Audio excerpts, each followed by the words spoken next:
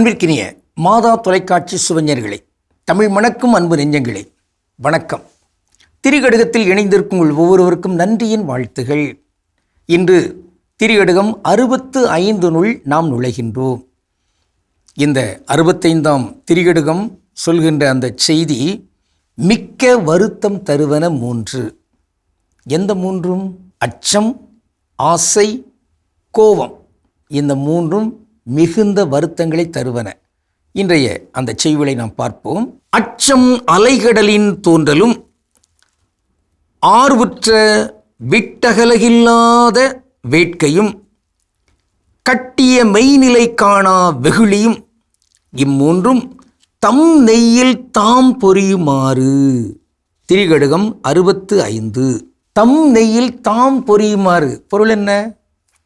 ஆடுலாம் இருக்குது பாருங்க, அதிலிருந்து எடுக்கப்படுகிற நெய், அந்த நெய்யில் தானே ஒரு நாள் கொல்லப்பட்டு அங்கே இறைச்சியாக பொரிக்கப்படுகின்ற ஒரு தன்மைக்குரிய அந்த துன்பம் இருக்குது பாருங்க. அந்த துன்பத்தை போன்று பெரிய துன்பங்களாக வருத்தங்களாக தரக்கூடியவை எவையாம்? இந்த 3. 1 அச்சம், 2 ஆசை, 3 கோபம். இந்த 3 இருந்தால் தூக்கி எறிய வேண்டும். முதலிலே அச்சம், அலைகடல் போன்று அங்கு பொங்கி வருகின்ற அச்சம். வள்ளுவர் குறிப்பிடுவார், அஞ்சுவது அஞ்சாமை பேதமை, அஞ்சுவது அஞ்சல் அறிவார் தொழில். அஞ்ச வேண்டியதுக்கு அஞ்ச வேண்டும். நாம் பார்க்கிறோம், இறை அச்சம் இங்கு இருக்க வேண்டும். வேறு எவருக்கும் அஞ்ச தேவையில்லை. நல்லவற்றை செய்வதற்கு கட்டாயம் அஞ்ச தேவையில்லை, ஆனால் தீயவற்றை செய்வதற்கு அச்சம் வேண்டும் என்பது மிக தெளிவு. அதோடு இங்கு யாருக்கு அச்சம் இராது என்பதை இன்னொரு குறளிலே நாம் பார்க்கலாம். மண்ணுயிர் ஓம்பி அருளாழ்வார்க்கு இல்லென்ப தன்னுயிர் அஞ்சும் வினை. என் உயிர் போயிருமோ என்று அஞ்சக்கூட மாட்டார். யார்? இந்த உலகமெல்லாம் நன்றாக இருக்க வேண்டும், எல்லாரும் வாழ வேண்டும், எல்லாரும் கடவுளுடைய திருவிழப்படி உயர்ந்தோங்க வேண்டும் என்று எண்ணி அதற்குரிய முயற்சியில் ஈடுபடுகிறார்களே, அவர்கள் கட்டாயம் அஞ்ச மாட்டார்கள். ஒரு ஆளுடைய ஆளுமை இந்த குறள் மூலமாகவும் எண்பிக்கப்படுவதாக நாம் பார்க்கிறோம். சொல்லல் வல்லன் சோர்விலன் அஞ்சான், அவனை இகழ்வெல்லல் யாருக்கும் அரிது. எவரும் அவனை வெல்ல முடியாது. யாரை?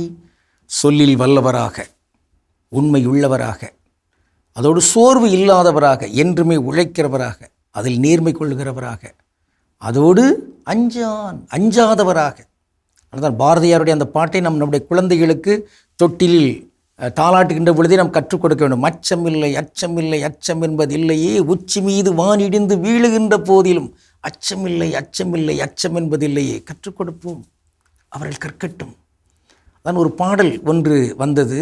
அடிமையின் உடம்பில் இரத்தம் ஏதற்கு, தீனம் அச்சப்பட்ட கோழைக்கு இல்லம் ஏதற்கு. அடிமையின் உடம்பில் இரத்தம் ஏதற்கு, தீனம் அச்சப்பட்ட கோழைக்கு இல்லம் ஏதற்கு. கொடுமையை கண்டு கண்டு பயம் ஏதற்கு, கொடுமையை கண்டு கண்டு பயம் ஏதற்கு. நீ கொண்டு வந்தது என்னடா மீசை முறுக்கு. அப்படி வரும். நெஞ்சம் உண்டு, நேர்மை உண்டு, ஓடு. எதற்கு அச்சம்? ஏன் அஞ்சுகிறாய்? நல்லதை செய்வதற்கு துணிவுடன் செயல்படு என்பது போன்று அந்த பாடல் இங்கு வலியுறுத்துகிறது. ஆக துன்பம் தருகின்ற அந்த தன்மையாக இருக்கின்ற அந்த அச்சம் இங்கு தவிர்க்கப்பட வேண்டும். அச்சம் தவிர், அஞ்சாமை வேண்டும் என்கின்ற அந்த உணர்வோடு இங்கு நாம் உறுதி ஏற்றுக்கொள்வோம். இன்று நாம் பார்க்கின்ற ஒரு தனித்தமிழ் சொல் அச்சம். அச்சம் என்றால் என்ன? அச்சம் என்பதற்கு பயம் என்பது பொருள் அல்ல. நாம் ஏற்கனவே பார்த்துக்கிறோம். பயம் என்பது பயன் என்கிற வகையில் தான் வரும். மற்றபடி பயங்க உண்டாதி அப்படின்னா அது தெலுங்கு. பயம் என்பது அங்கு சமஸ்கிருத சொல்லாடலும் இருக்கிறது, இந்த அச்சத்துக்குரிய பொருளாக இருப்பது. ஆனால் அச்சம் அது நடுக்கம், கலக்கம், இப்படிப்பட்ட அந்த செய்திகளை உள்ளடக்கிய ஒன்றாக இந்த அச்சம் என்பது இங்கே இருக்கிறது. அஞ்சாமை வேண்டும். அச்சத்துக்கு எதிர்ப்பானது இங்கு அஞ்சாமை.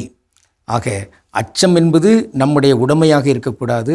அஞ்சாமை என்பது எங்கு நம்முடைய வாழ்வு நெறியாக இருக்க வேண்டும். ஏனெனில் நாம் பெற்றிருக்கிற தூய ஆவியார் கோழைத்தனத்தின் அச்சத்தின் ஆவியார் அல்ல, துணிச்சலின் ஆவியார். எனவே துணிவுடன் பயணிப்போம்.